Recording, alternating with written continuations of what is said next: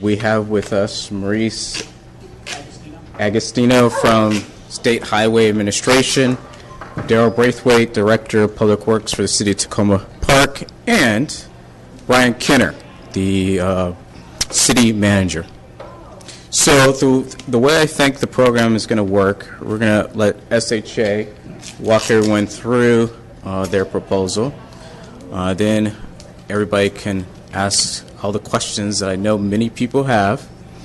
There is going to be a representative from the police department to come later on after the program so we can discuss the other issues that people have brought to my attention.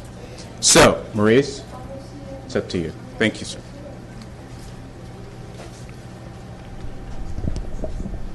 Good evening. Can you hear me okay? Okay. Yeah. I can hear you without. Oh, okay. My name is Maurice Agostino. I'm from the Maryland State Highway Administration's Office of Structures. We're in downtown Baltimore. We are the project lead for this project here. I want to introduce Fred Breyerman with Johnson, Merriman & Thompson, our design consultant, and Dave Mernon. He's from our District 3 traffic office. He's here to help out with some traffic questions if we have them as well. We've been working on this project for probably 3 or 4 years now. Daryl and I started out meeting probably in 2009, 2010, working through a lot of the issues on this project. So I'm going to give you an overview of what we're doing here. I will warn you, I am a structural engineer. I am not a traffic engineer. We had hoped to have our design traffic consultant here. They canceled at the last minute, but whatever questions you may come up or discussion points you have, we can certainly take them back, take them in, work with Daryl to address them. This is part of the working groups that we were talked about establishing back at the City Council meeting back in this past June, correct? It's an 81-year-old structure. Very little has been done to it in 81 years. It has served us very well. It's a good structure. It is eligible for listing on the National Register of Historic Places. So our task is to kind of restore it to as close to original condition as possible and also upgrade it to current standards as well. It is one of Maryland's 81 classified as structurally deficient bridges. That means it's on our radar. It's a structural deficiency is a warning sign to bridge engineers to address concerns with it and do rehabilitative action. Our plan here on the structure is to basically remove everything above this arch ring. Yeah. We've done this on a similar project on US 40 over the Patapsco River and on the Baltimore-Howard County line. That project came out wonderful, and we restored the bridge basically to its to its original condition. We will rebuild it basically in kind, replacing the concrete deck, the floor beams that carry the deck, and everything above those rings. One of the things that is difficult to present, you notice if you go out right now on the bridge over 193 over the Capitol Beltway, they're able to rebuild that bridge in stages. They maintain traffic on half the bridge and then reconstruct the other half of the bridge. That's our standard, 1950 steel beam bridge. The main supports run with the roadway, carrying the load of the traffic. Well, on this bridge, you have these floor beams. Those carry the deck. We can't cut those in half and still maintain traffic on the bridge, say with a temporary signal to alternate traffic on, one direction of traffic over the bridge each way. We have to be able to, if we're going to reconstruct it, we have to basically shut down the bridge. Now, we did look at potentially building like a temporary bridge to carry traffic. And what we found is the impacts to the park, the amount of roadway we'd have to build temporary roadway were significant. So we proceeded with, let's look at what we can do from a detour standpoint. Initially, we looked at a detour that involved 195 to 410 and back up Maple Avenue and back to Flower Avenue. Because the parkway was closed on Sundays to traffic. We worked with Maryland National. We asked for kind of a temporary lifting of the Sunday restriction. So now we're able to use Sligo Creek as the primary detour and sign that for the duration of the job. And that provided us the shortest detour of about a mile in length. We did do a traffic study to evaluate the impacts to traffic and the adjacent intersections, which resulted us in needing to put temporary signals at the Sligo Creek Parkway at Maple Avenue and also at the hospital entrance and Maple Avenue. We also had to add a three-way stop. Make these a three-way stop at Sligo Creek at Parkway and Old Carroll Avenue, and also at Flower Avenue and Maplewood Avenue to address concerns with the intersections from the additional traffic. Carroll Avenue carries about 8,000 vehicles a day, based on the latest traffic counts. We recognize that this additional traffic is going to cause additional congestion. This is already a congested area. When you say Carroll Avenue carries, you mean the bridge gets 8,000? 8,000 vehicles go over the bridge, yes, at that location. We have coordinated with the hospital. Some of their main concerns was additional bus traffic going through the cut-through road. We worked with Maryland Ride-On Transit. They're able to, basically, since we are able to use Sligo Creek Parkway, address their detour the same way. We met with local Montgomery County Fire to discuss the detour impacts. They feel, as long as they have enough notification and enough warning, they can adjust their response time.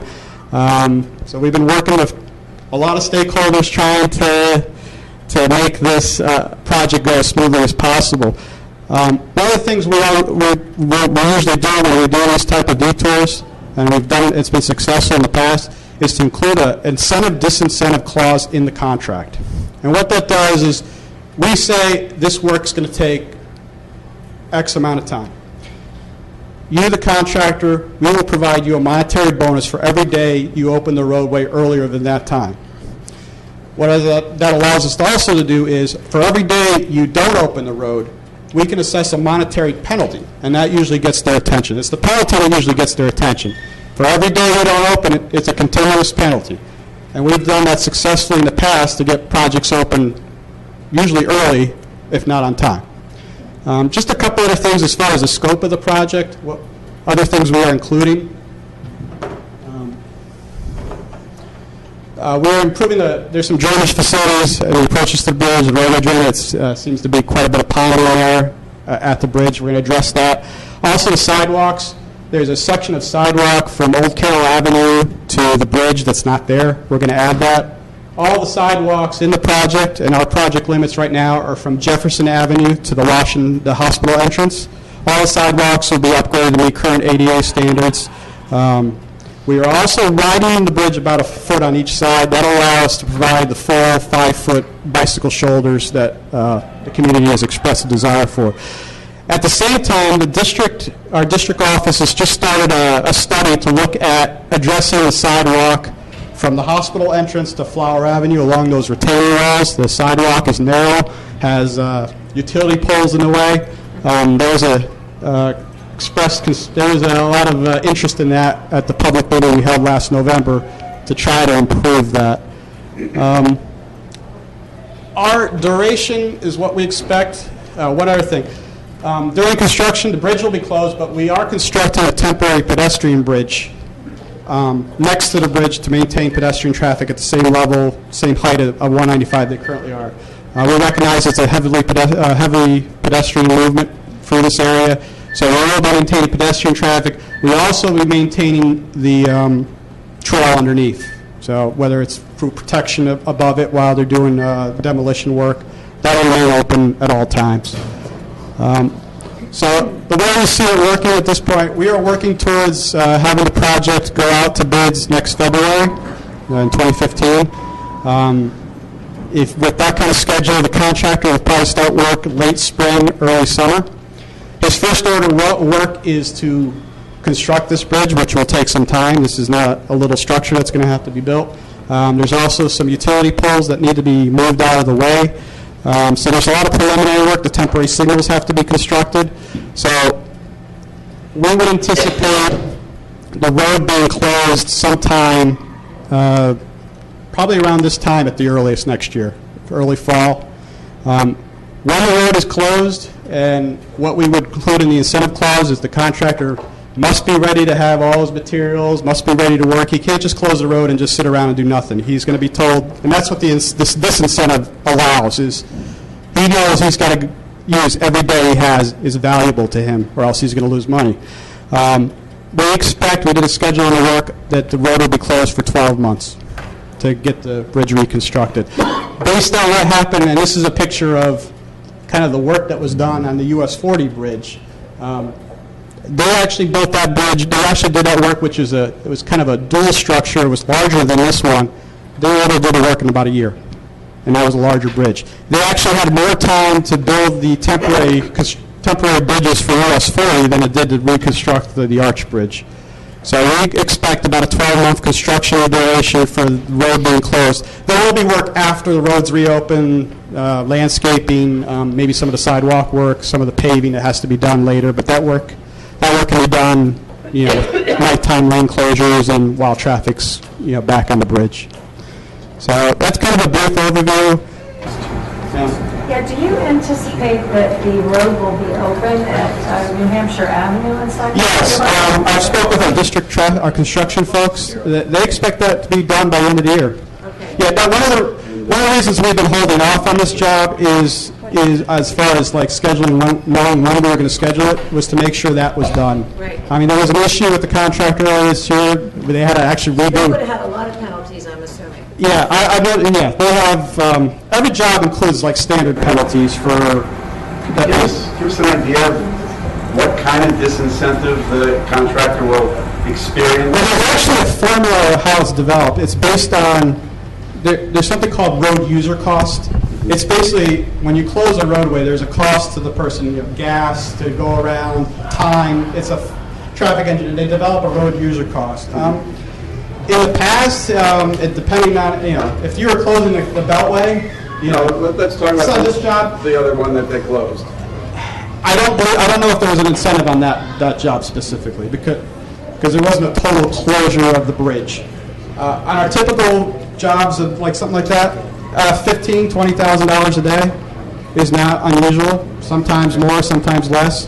And the incentive is similar? Similar, yeah. So there's a bit, on these jobs, contractors got, a small margin. That extra money is worth it to them, and they usually hit it. Okay. Yeah. Well, they didn't hit it at the transportation center in Silver Spring, and they didn't hit it on the bridge. It was the actual pouring of the concrete. So do we have any assurance that you're going to hit it? I've been with State Highway for 19 years in the bridge office. That was the first time in 19 years that a contractor poured a deck and had to have a rip it out. That typically. Which of those two were the first time? I'll stay highway with the transfer center, Okay. but from a bridge standpoint, from our office, Okay. and I will say, we have contract specifications, and the contractor has to perform the work within those specifications. And the contractor didn't perform those work within specifications. He didn't build a deck that was strong enough. We had to rip it out. I mean, there was no choice there. But that was the first time I've had a contractor had to have a deck ripped out that I can recall in my 19 years of service. So I would expect on a job like this, there is some complexity to this job. The contractors you're going to get bidding on this type of work will be able to handle the type of work that needs to be done, especially when there's an incentive, disincentive. That scares them off. A couple things. One is we had the earlier bridge over Long Branch was replaced about 10, 12 years ago. And they ran into surprises there where they were digging new foundations. They were running into erratics. We're maintaining the existing supports, so there's no concern about we're going to dig in the ground and there's rock where we didn't think there's rock and there's soil. That facility is out of the way. I think some people in the back here. What's the impact to Sligo Creek Parkway underneath it? The parkway will remain open. The restriction on the vehicle restriction on Sundays has been lifted for duration of the job. On both sections? Only from Old Carroll to Maple. That's the only section. The rest other of it's Maple to Yes. So I guess somebody would probably go over one of the bridges to get to the trail and use the trail kind of as a bypass for that section on Sunday. Gentleman in the back. Yeah, I actually have two questions. One is the hours that the work will be done. And then the second thing is on your map here, you have things that are temporary. But some of those actually, as a neighborhood, we might want to make permanent. And for example, the three-way temporary stop sign at Maplewood and Flower. That would be, Terraces, Flower, and Maplewood are city roads. Flower's not a city road. That would be up to the city. Yeah, that would be up to the city at some point to make that call. Now, the temporary signals, again, those are would be Maryland National and the city as well. Would be, that would be something that the city can work with the community to see if that's something that needs to be done. But I mean, there's no difference between a temporary stop sign. The stop sign, no. The temporary signals there is a little bit of a difference there, kind of, but the stop sign, yes. The stop signs, again, if the city feels that they're warranted to remain in place, can certainly remain in place. Yes, ma'am. I live on the corner of Maple and Erie. There are bicycle commuters. Okay. Part of your detour is part of our commuter route. Is there any plan for a designated bicycle lane? On Maple? Along the detour route. No, not there on The road is wide enough, I should think, to sustain one. Okay. If you're going to be routing the detour traffic along that section, I think. Would you be looking for like a shared road, or would you be looking for actually a striped bike lane? Well, Maple is very narrow at the bridge, so there shouldn't be any marked lane. well, between the end of Maplewood and the bridge. Maplewood. Could you please? Runs straight down this hill. That's it. Okay. It's fairly wide. We can evaluate if there's, if there's strategy that could be done. All right. Sure, Darrell. We'll continue to roll this conversation on.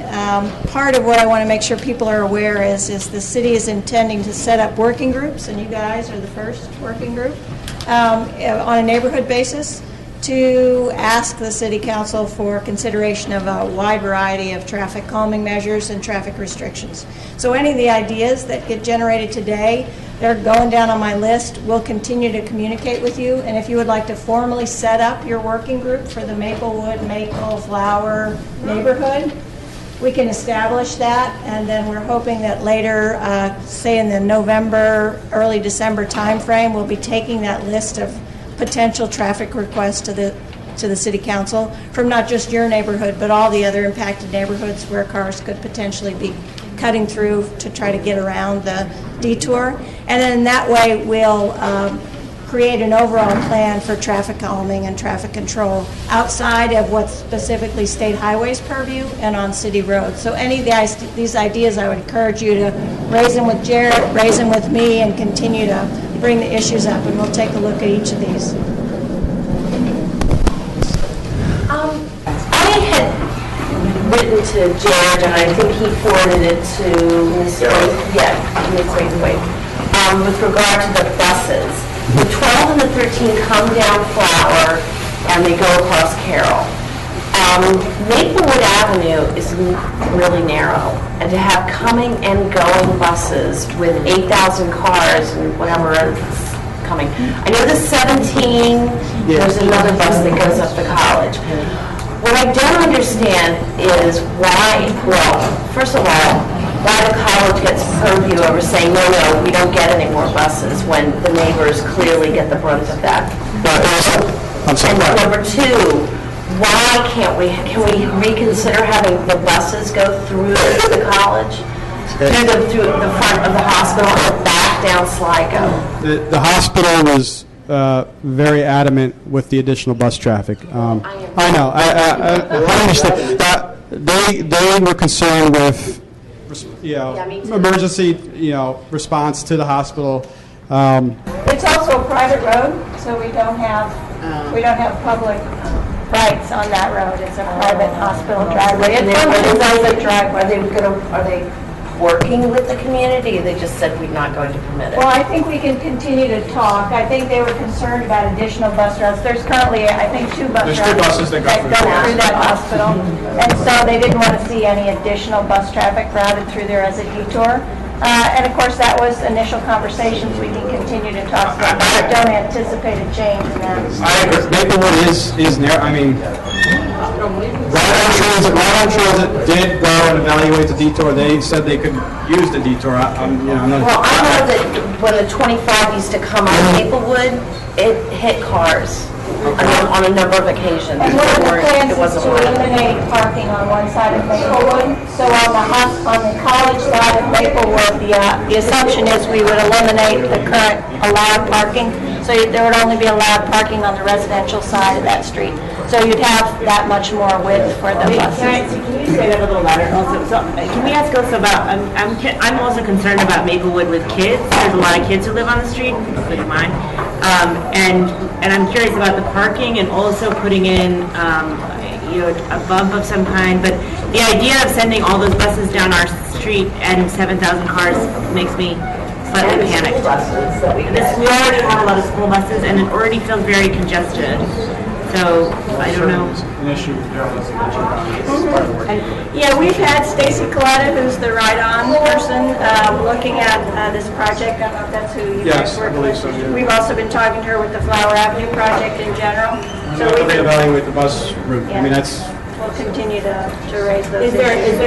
so the parking you're thinking will be only on the residential side and not on the hospital side? Right, currently there's permanent parking on both sides, so we'd eliminate it on one side, turn it into no parking. And what about, is there talk about traffic calming There is mechanisms? a bump. There is one bump. One speed hump there. One speed hump. But I think we're talking about, would there be another one in the middle maybe, or? Yeah, that would be up to the neighborhood to request and ask, so if that's an interest, we could certainly take a look at that. But you're not adding any traffic calming mechanisms. For example, you're putting in the three-way stop at Flower and Maplewood, and there's currently one stop sign at the end of Maplewood where it hits Maple, but there's not a second. Will there be another one? I mean, There's be a signal at Maple and the Parkway and the hospital entrance. And What is the reason that there's a stop sign instead of a stop light at Flower and Maple? Because it seems to me that there's going to be a tremendous amount of traffic going up that way, and Flower is already very congested, particularly at rush hour. It's going to be very difficult for the car, and it's sort of a blind turn. So it's going to be very difficult to manage the traffic well at that intersection. I have to get the specific traffic answer for that. I mean, based on the traffic study or analysis of traffic at the intersection, that's what they. So, I'd like to make a specific request that be reconsidered for a stop light instead of a stop sign. And specifically, the idea of, as these things get implemented, being open to adding a new solution. If we decide what we got on a three-way stop, and 2 weeks later, it's a issue that's happening. I mean, you can speak to this when something goes to construction.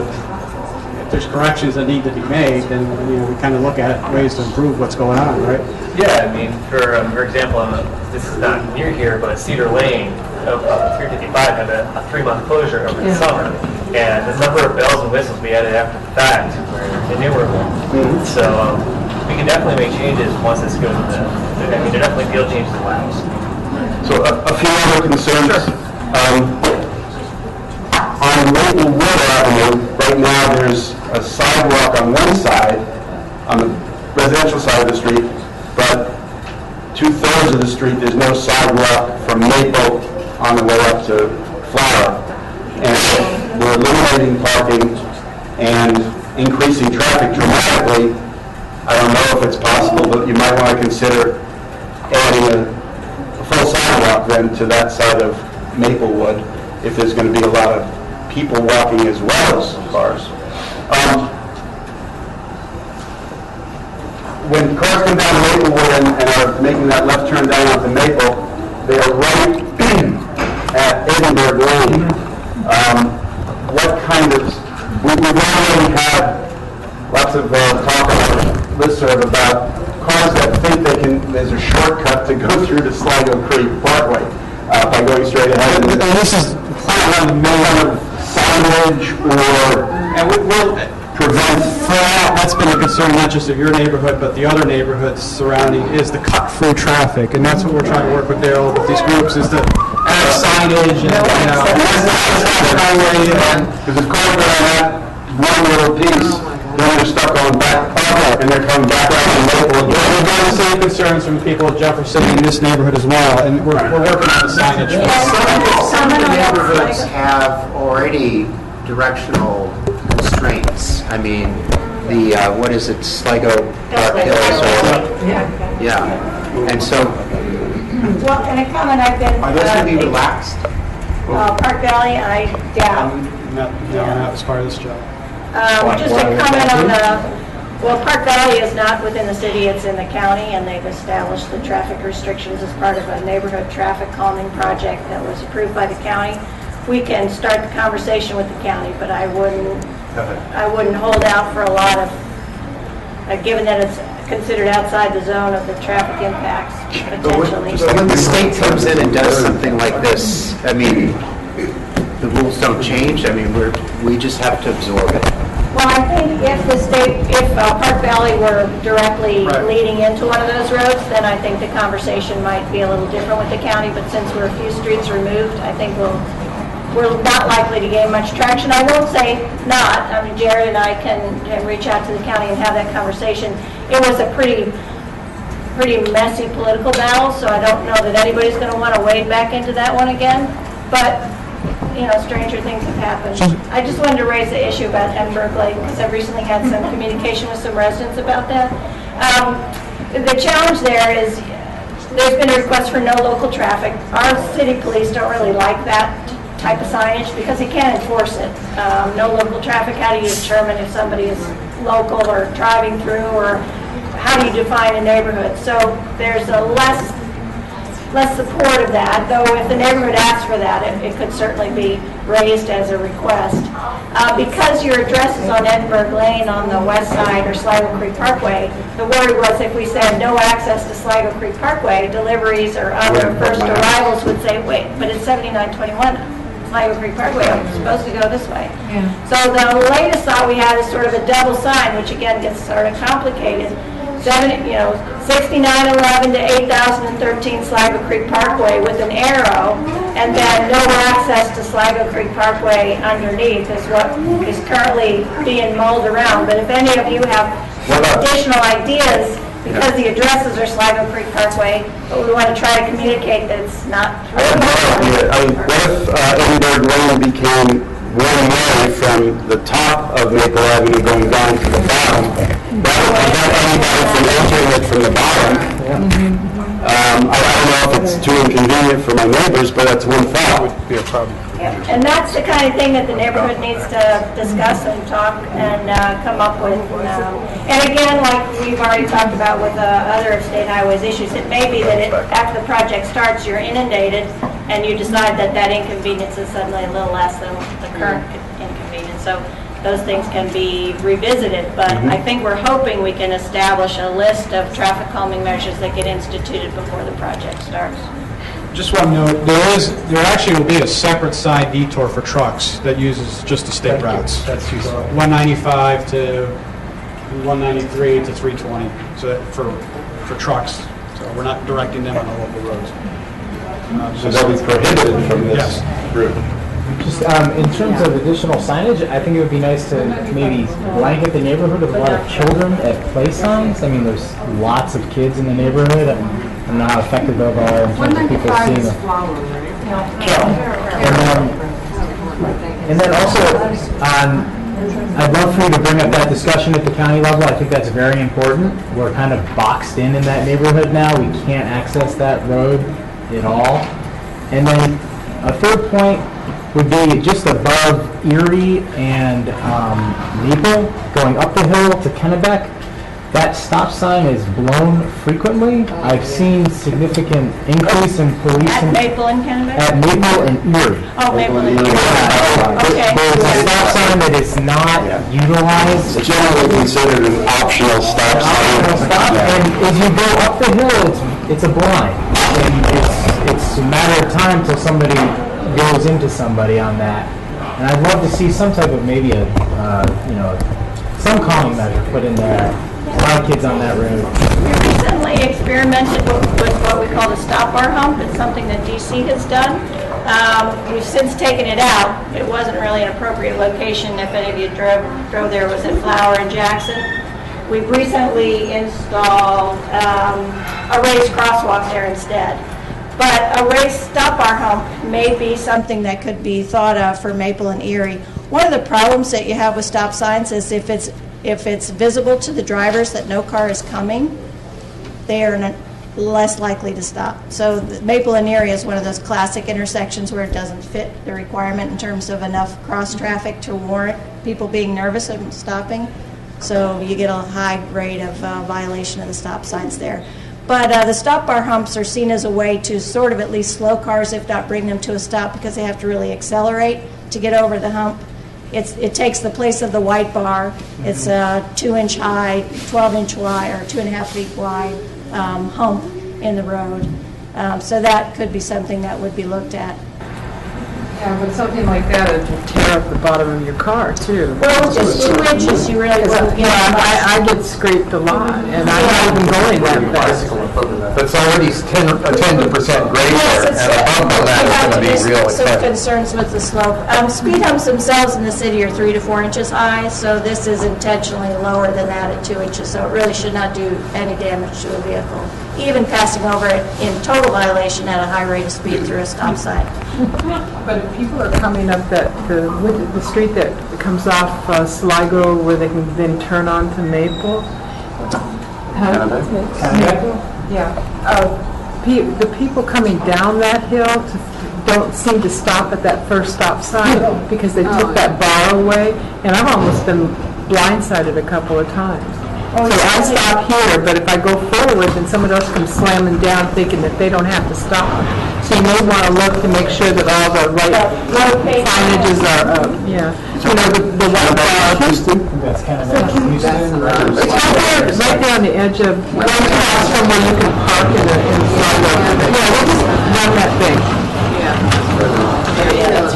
There's 2 stop signs that are next to each other. Oh, Kennebec. Kennebec and turning. Has there been any discussion about traffic going down one street and coming up another street? Oh, in terms of making roads one-way? That's certainly within, what we Not that I anticipate would want hearing to do that to neighbors, but. Well, and that's potential suggestion of Edinburgh one-way would be one way. Yeah, it really is a neighborhood-based discussion. You all have to weigh the pros and cons of that. Well, there's no place to do that here. There's going to be some streets in a section of Carroll Avenue between the bridge and 410 where that will probably be looked at as an option. I noted over where New Hampshire is closed, those neighbors have put up, I don't know who's put them up, these no detour signs.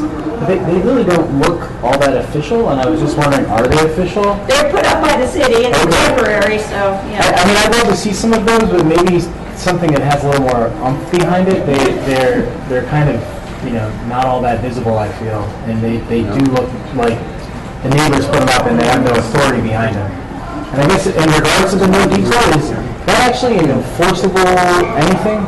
No. It's just If the police were to pull people over and then say, where are you going? It's not an enforceable thing. It's trying to reach that 15% of the drivers that will comply versus those that know where they're going and they're just know where going to they're go. going. Okay, thank you. Have you had feedback on that road? I know they put a lot of cones out. Has that helped with the comment? How about Heather or? I can't recall the street, but it's, when you're going down Sligo, you go up the hill. Heather Avenue, lots of issues on Heather Avenue with residents there. We put a weird cone for a sidewalk, impromptu sidewalk for kids. I think it has slowed traffic for sure, but they have such a high volume there. I think during rush hour they feel very inundated. I'm sure.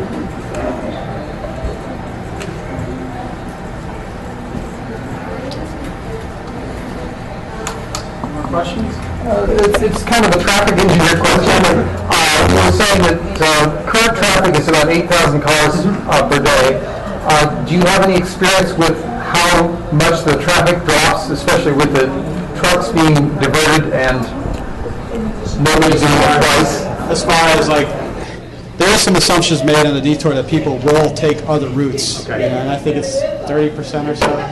There's a certain, I mean, when they do a traffic analysis, that people will find alternates. They may, come from 193, they may come, go from 410, they may find other ways, especially those who are just using 195 as a commuter route. Yeah, there are some assumptions made. The traffic study is also on the website, the full traffic study. And there's a lot of traffic that goes to the hospital, and most of it's coming from the north. Yeah, we actually did a study to evaluate the traffic movements in and out of the hospital to see how much impacts there would be. And that won't be proposed. No. And there'll be signage at Flower and Carroll that indicates if you're going to the hospital, you can continue through the intersection and go to the hospital. We're close to having the actual signing plan that you can have to kind of work with the neighborhoods to address, what signs we have where. Do you have a sense of how many cars go down Maplewood currently and what the uptick would be?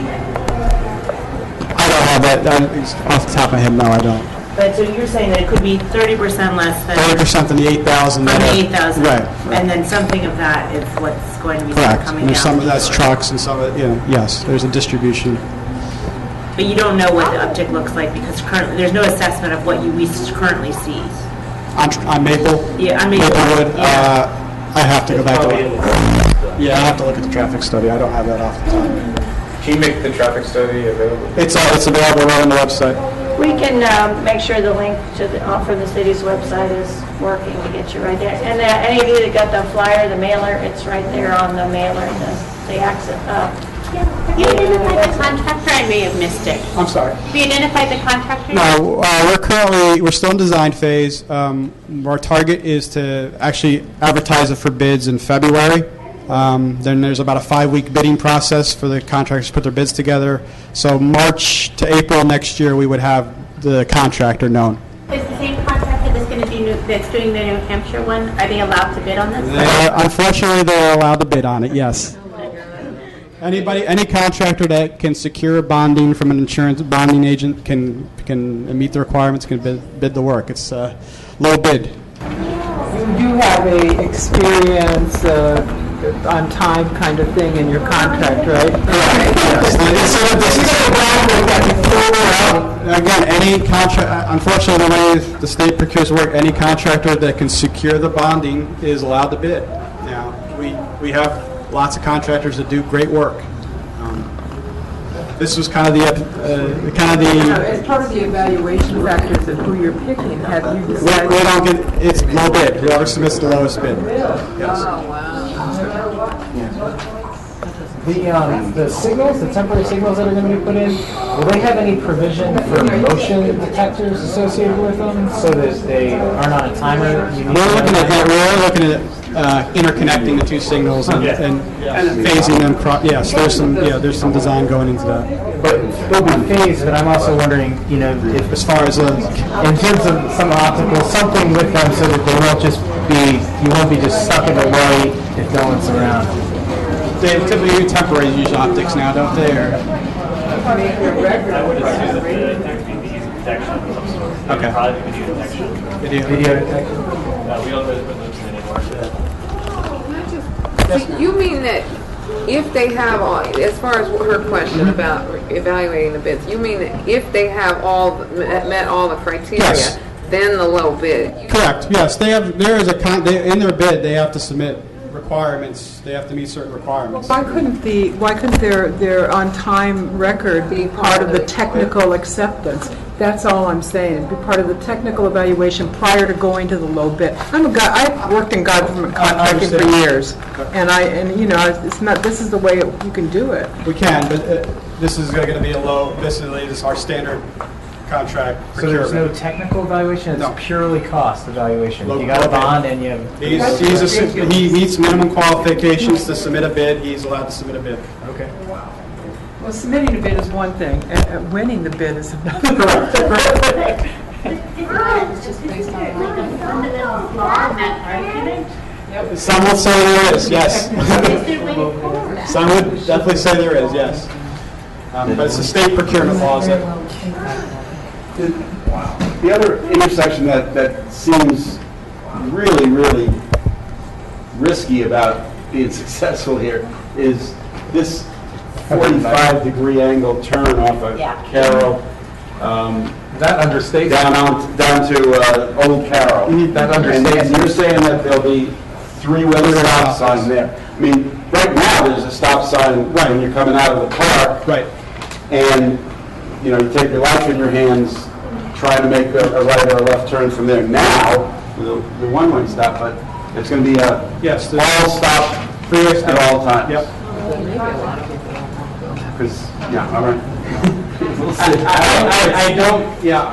I recognize this is not the easy solution. No, well, it's a beautiful bridge, and we'd like to keep it beautiful. The bridge, I will tell you, is on a 6-month inspection cycle.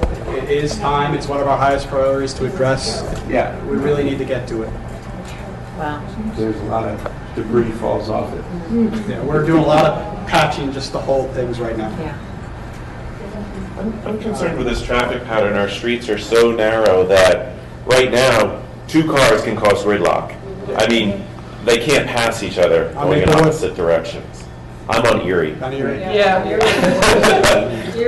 I know Erie's good. We have cut-throughs And now. your big trucks that you... We have trucks, some crazy yellow thing at the end of the street. And that's what we're trying to do here as far, the cut-through is at the public meeting, that not just your neighborhood, but the other neighborhoods. That is was the biggest concern raised, and that's why we've kind of tried to establish these working groups to see what we can do to make it better. When 2 cars are passing on Erie right now, one has to be able to find a spot to move over to let the other car In pass. a parking, Yeah. And then I live on one corner. I mean, what we can say, somebody does that once as a detour, if that's the issue, that they're going to probably look for another, they're not going to use that again. And that may be the kind of situation where we would at least think about making it a one-way street. But if you live at either end of it, then you've got to go. I understand. No, I mean, it's going to be I got to go around a long way to get to And the house. there's businesses on that street too, so that if you're cutting them, then you're going to cut the business. No, I'm not saying it's a good solution, but it might be a solution. No. I mean, one thing I notice is a lot of hospital staff park in the neighborhood and they don't use the hospital parking ground so, I mean, I don't think we don't have permit parking up there, but, I think getting the hospital staff to actually park at the hospital. That's going to be outreach, definitely. I mean, there could be, permits is the only way to do it, but, I mean, it does create a lot of... I mean, there is the permit parking issue. We had a meeting today at 1 o'clock with the university just to, touch base with them again about this project, and they made a few requests. They're faced with the same inconvenience of hospital parking that affects student parking on Greenwood in particular. They're planning to not allow parking on Division Street at all, so that will remain no parking on either side. They're asking the city to consider restricting parking on one side of Greenwood, so there would only be parking on, or is it now just one side? They want to eliminate parking on both sides. I think the idea is between Carroll and Division, no parking on Greenwood Avenue. According to them, they think it's largely hospital workers that are parking there, as opposed to students. The college has an issue where all students with cars are supposed to register their vehicles and be assigned a parking area, so they're supposed to be able to manage their student parking within the off-street parking on the campus. They're also going to be adding a parking lot. I'm not sure of the construction schedule on that. So this is a conversation that's currently in the works. I think that the city will be communicating with the hospital, and that's one of the issues that we'll be trying to reinforce, that they really need to be a partner in this with roadside parking of their employees. They do have shuttle bus service and parking up at the Adventist school, so there are options that the employees can take advantage of. Whether or not, what we can do to incentivize that is something we need to talk to the hospital about.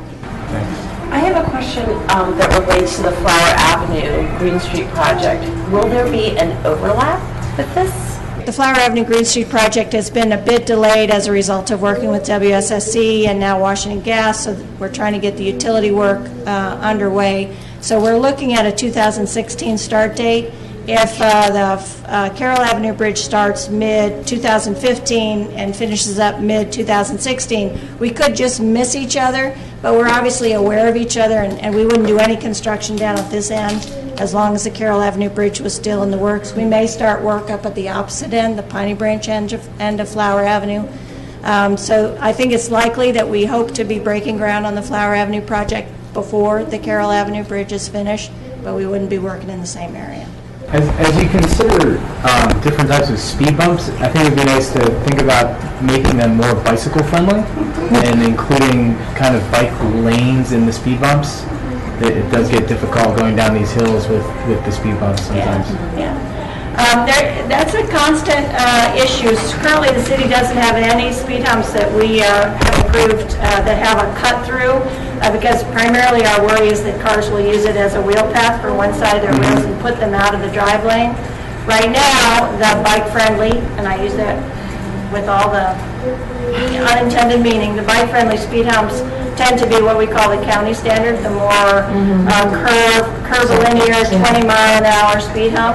Those are available and are installed by the city and can be requested by the community. So we can do the county standard speed hump, which is more bike friendly. The city speed hump, which is a 5-mile-per-hour speed hump, is definitely not bike friendly. Some would say it's not car friendly either. And then the last is we do leave a space at the gutter pan to allow bikes to pass through, but that's providing there isn't a car park there, providing there isn't debris there, so realizing it gives limited access to bikes. But we currently do not have a speed hump with a cut.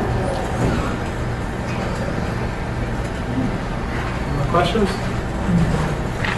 I have actually a question for the city, and this is an issue that I brought up before, is that in coming to this meeting tonight, I had to remember whether it was 7 or 7:30, but when I actually went to the city website, I saw no information whatsoever about this, and I don't know. Are we like a secret cabal that's meeting, or is this supposed to be a public meeting? Because if it is, in fact, we should be able to go to the city website and find that information before the date and be able to share it with our neighbors as well as consult it ourselves. And I don't know. I looked very hard to try and find it on the city website. I did not see it there. I don't know, it might have been confusion with, we do this e-news, weekly e-news, and oftentimes things get posted in there and then they're intended to be carried. Because we can't have everything on the front page, sometimes there's project-specific links, so you have to go to Public Works projects and link to it.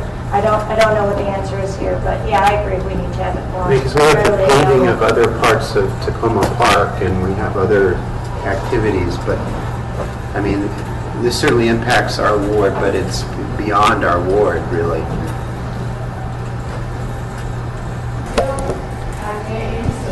I have a question for you. Can you outline exactly how neighbors can contact you if they want changes?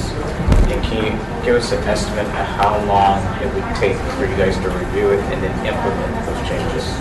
I mean, our hope is with the changes for the local is to kind of work with Daryl to have her be the single point of contact as far as the traffic calming and within the neighborhood streets.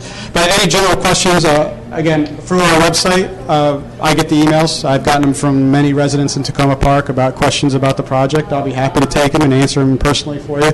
And again, anything that can come through Daryl will be also, she'll directly send them to me. Once Daryl sends you an email, how long will it take SHA to review the request? It depends on what it is. If there's some design work or traffic analysis, it may take a few days to a couple weeks to kind of do the analysis. I mean, I have to send it to our design engineer. Or things could be that day. I mean, so it depends on what it is.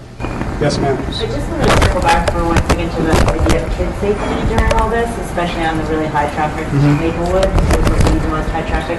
Is there anything that we can do to, I don't know, the drivers or do something that we can create some space that we know that is safer for these kids?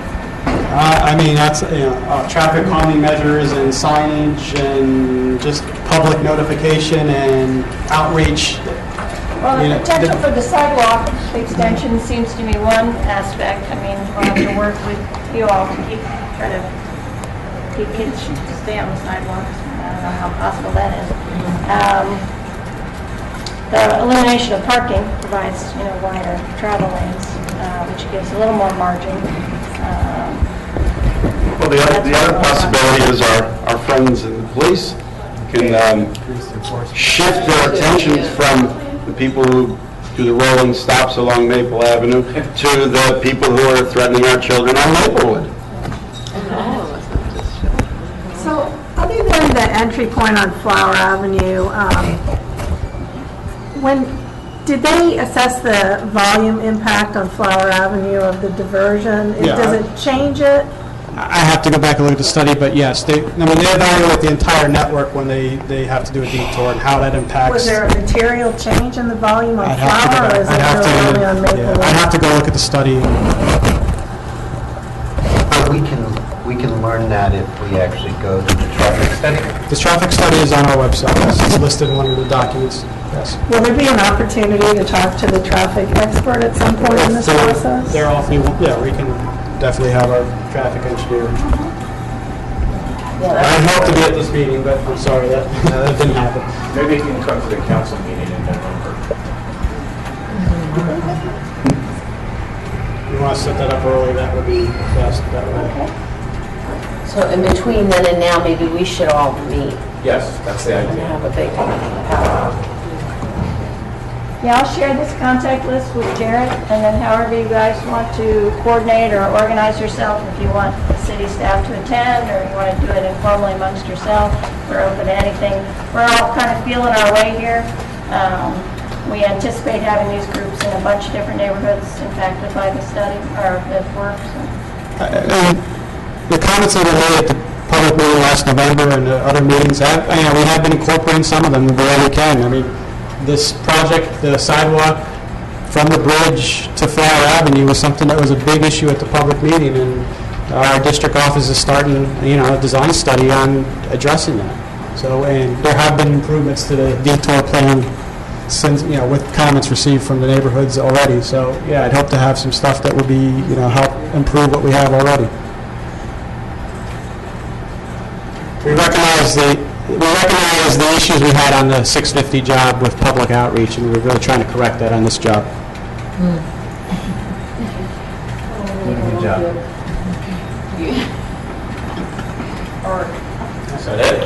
One more, just pure curiosity, when you describe, and it's your area of expertise, when you were talking about technically what you're changing on the bridge, why is it that the arch is staying, and was it structurally fine? The arch is in good condition, yes. There's some minor little spalls or little cracks that need to be repaired, but no, it's in good condition. We want to keep as much of the bridge as possible. Now, we could have gone in and this one's bad, this one's good, this one's bad, this one's good. This one has a little bit of crack. We could repair this one. We could reconstruct this one. We finally said, what we learned on the bridge on 40 is when we started getting into it, when we started looking at it, it's easier for the contractor to just rip everything above the arches and build new than it is for him to try to repair a piece of this one. And then, 20 years from now, the one that you just did a repair on is going to need more work. So we get in, do it right, fix it right this time, and stay out.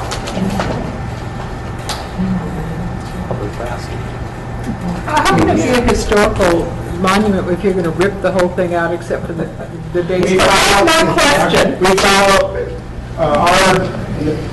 every project that has a historically eligible structure has to go through the Maryland Historic Trust. And it has to go through what is the NEPA, which is the National Environmental Protection Act, as far as what we have to do to make sure we don't impact any environmental features. They are okay if we take a historic bridge and basically reconstruct it exactly or as close to exactly as the way it is today, the way it exists. We can't go in there and put steel beams. We can't go in and change it radically. But they recognize that in order to maintain the structure, that there are things we have to do to restore it, repair it, and rehabilitate it to keep it. As long as one beam is there. Almost, that is kind of the case. So it'll be all concrete. It's all, it'll look as close to, as it is today. We're even utilizing the balustrade. The balustrade we're using is slightly different, but it is actually crash tested. So, good. It meets current safety standards because this is a low-speed roadway. We can actually put a balustrade. On 40, we couldn't replace the balustrade the way it is. We had a solid barrier that had the balustrade mimicked in the stamped kind of into the sides. So, it'll be all stained. It'll be uniform in color. It'll look. The 40 bridge definitely looks really nice. It came out really well. We hope to do the same exact thing here. What's the total cost of this project? Right now, the estimate is between $3.5 and $4 million For construction or for design? for construction.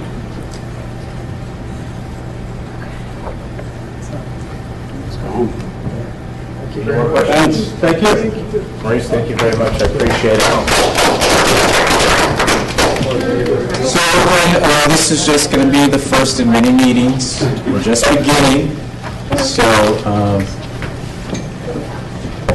yes, I'm going to announce it. Yes. So just wait 1 second. I saw that there were some emails regarding suspicious activity in the neighborhood. So I have brought Captain Fishorn here. He will answer any questions you guys have, and he will give you his contact information and tell you some things that you can do to make sure that everyone's safe. Time to go home.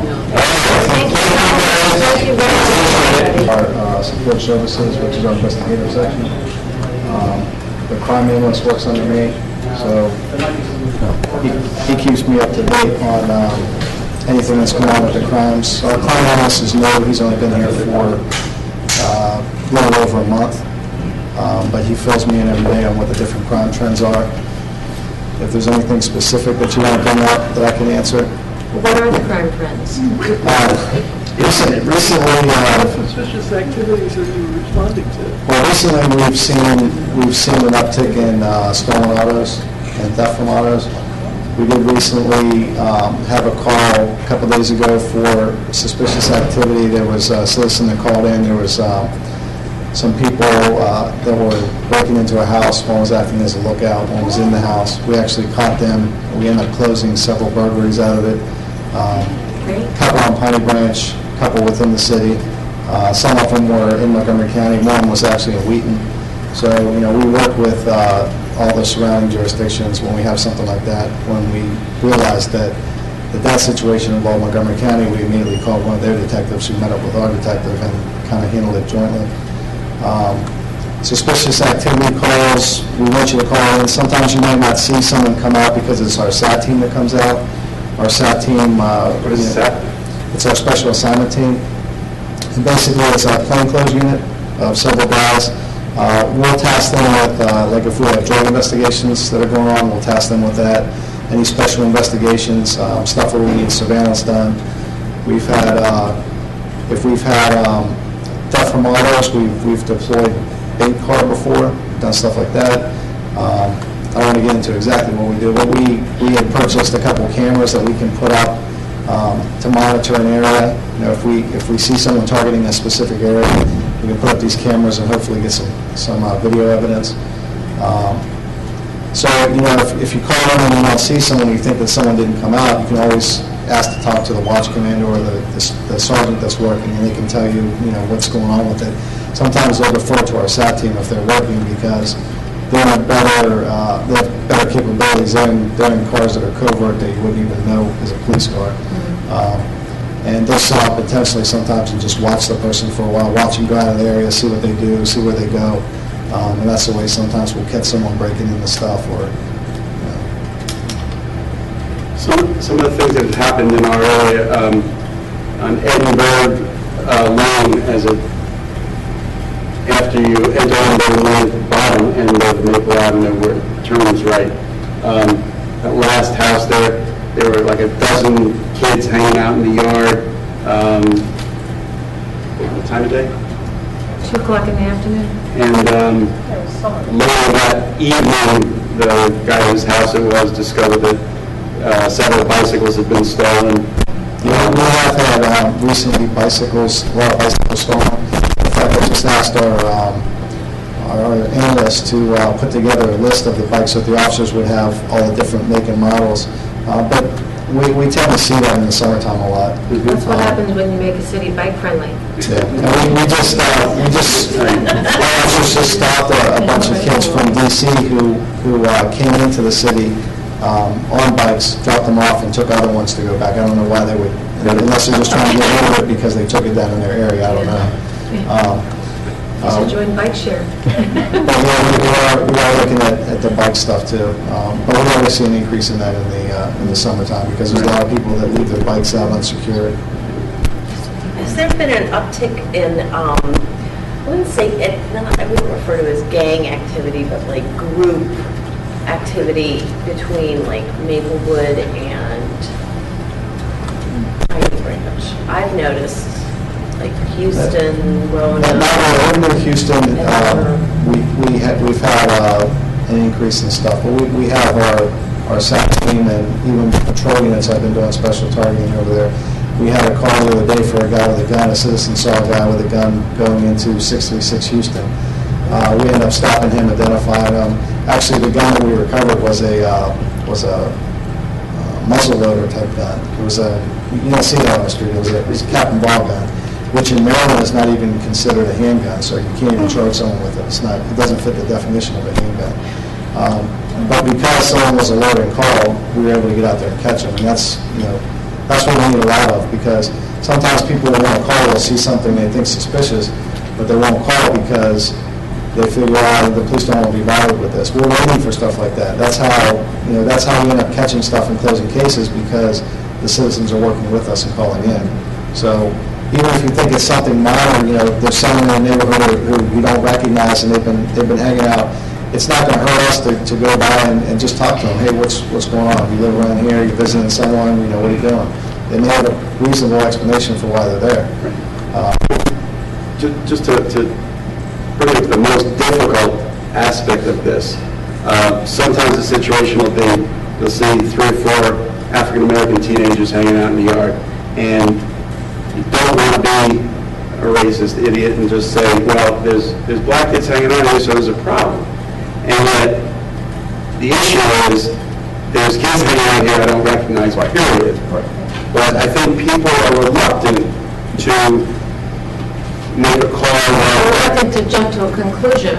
But I does not think is a prejudicial call. Well, I think that people should call about everything. Yeah. That's some action that you're looking for. I mean, anything suspicious. People are standing around suspicious. I mean, I'm the one who saw all these teams and someone. It looked odd, but not. They belong. Do they belong there? I don't know. Maybe. That can give us an opportunity to come up and say hi and talk to them. Right. Yeah. It doesn't have to be a negative thing. We're not going to go up and throw them on the ground and go, we're going to go up and ask them, what's going on, and conversate with them, and see what's going on. If they're doing something wrong, they may run, they may not want to talk to us. I think the chances is right. It's like, and just call, just over. It's better to overdo it. And that's what the road and this ultimately became. It's like, the only way to make a differentiation of what's okay, what's not okay, is anytime you have a question, just give them a call. Yeah, just trust that little voice. If you feel something is going on, it probably is. And it is kind of like when I worked at my children's elementary school, and their teachers would sometimes tell me things that they wouldn't have told me if I didn't work there. So if you would call about the 3 white teenagers standing here, then you don't have to worry about it. But teenagers need some place to be able to stand and be left alone too. And not everybody can join all the recreation activities. You'd be surprised at how many people would say, we respond for a burglary or another crime, and someone says, well, I saw some suspicious kids or some suspicious people walking through my backyard last night. I thought there was something wrong with it, but I never called. Right. Stuff like that. Yeah, walking through your backyard is a little, that's, not just people standing around. What I'm saying is, a lot of times people will have something that they were thinking I should call on, and they don't call because they don't want to bother the police with it, and then later on, there's a crime in the area which may or may not have been caused by that person. I don't know why it's going to take a long time for an explode or people to come visit them. There's a lot of excuses to not call, but if they're uncomfortable, it's probably when the community is involved and works with the police and lets us know stuff, there's a better response to everything. Captain, I wonder if you could explain the Safe Cam program that you talked about in July with the council. Yeah, there's a Safe Cam program that we're trying to start up. They're using it in a couple different cities. And what that is instead of the city putting out cameras like Big Brother and monitoring everything, it's people there's a lot of people in the city who already have their own video surveillance on their property, surrounding their house, surrounding businesses. So what we're trying to do is the Safe Cam program would put all of that information in one database for the police. So in essence, how it works is if you purchase a surveillance system for your house, not only can it help you in a variety of if someone breaks into your house, you're going to have footage of it. But what we would do is we would ask for participation in it. It's not mandatory. It's only if you want to. And if you want to participate, then you just register your camera with the police department. And basically, there's a database that's secured, that's only accessed by the company, by us, and our detective unit. And say there's a theft, a robbery, burglary, whatever in the area, we would go into this program, and it has a Google mapping system where it will tell us all the people that are registered in that area. And we would contact you and say, hey, we had a crime in your area. Do you mind sharing your footage with us for your video? You don't have to, but we assume that if you register your camera that you want to work with us. And we've had, in the last year and a half, we've had a lot of closures with video footage, mostly from mostly from businesses, but we've had a couple from residents. We had a burglary up on Ritchie Avenue from a residence. We had a guy that did a couple carjackings in the city. Believe it or not, we arrested him, and when he was on bond, he came back and did it again several times. He was a mini crime wave. So most of the time when you see,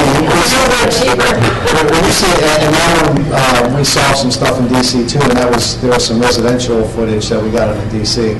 So, a lot of times when we see an uptick in something like burglaries or robberies or thefts, it's normally one or two people, and they just keep doing it until we catch them. And then when we catch them, it goes away for a while until the next person comes in and keeps doing it. I can't tell you how many people I've locked up for, 4 and 5 burglaries that they've done until you catch them. And that's just, it happens all the time, especially if you were to go up in Silver Spring or one of the courthouses and just sit there for a day, you'd be amazed at how many people they let go on different things. So, we can only do so much, but that's when we see upticks and stuff, especially like burglaries, where we see certain methods of operation that we know how the person works, and then we end up tying them to a bunch of them. Like these guys we just got for burglary, they're tied to at least 4 burglaries and probably theft from autos and everything else in the area. The adult lived right off of Maple Avenue, so. Any more questions, sir? Yeah, just, you mentioned traffic before. I noticed that the police officers, they really haul up Maple Avenue. And I know they're, sometimes on call and they've got the lights, and other times they're not. So I think it's important that we see our officers abide by the stop sign regulations as well. If you could just maybe pass some feedback back to people on We're that. getting ticketed like crazy. Right. Through the stop sign. The locations you were talking about earlier to give to our traffic officer to over near here.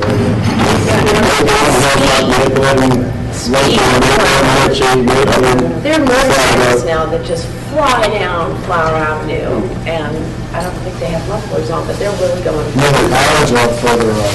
I'm right on the corner of Flower and Maplewood, and by the time, once they get through the stop sign at Houston, they're flying. So, and a lot of it has to do with the girls' dorm. So they're really want to I can let her try it There's a lot of that. Until it gets close, it stops.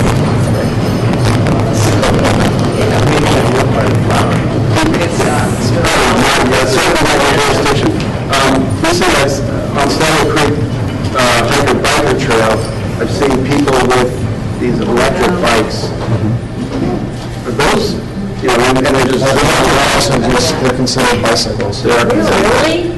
Yeah. Because they go so fast. And We're looking into them. We tested a couple of them, and they're very nice because, I mean, you can go around, especially with all the hills in the city.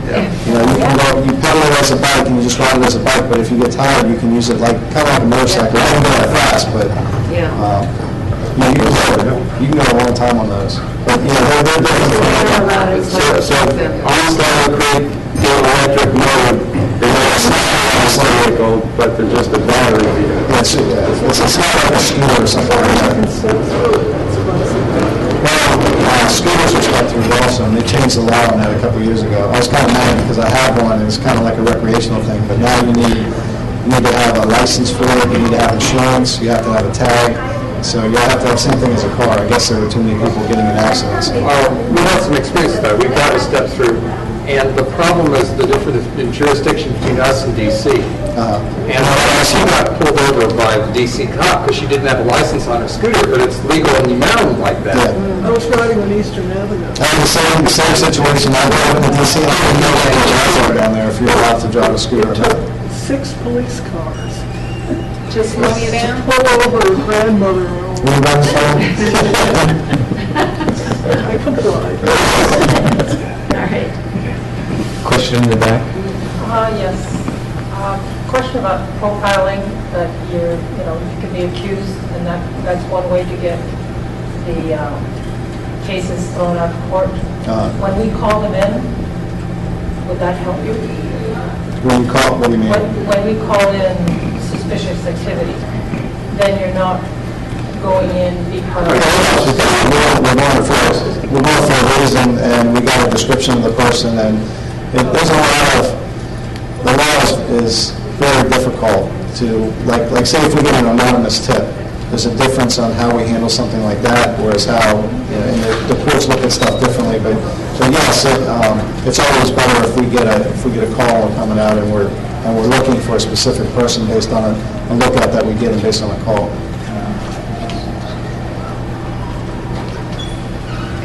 Time to go home. Thank you very much.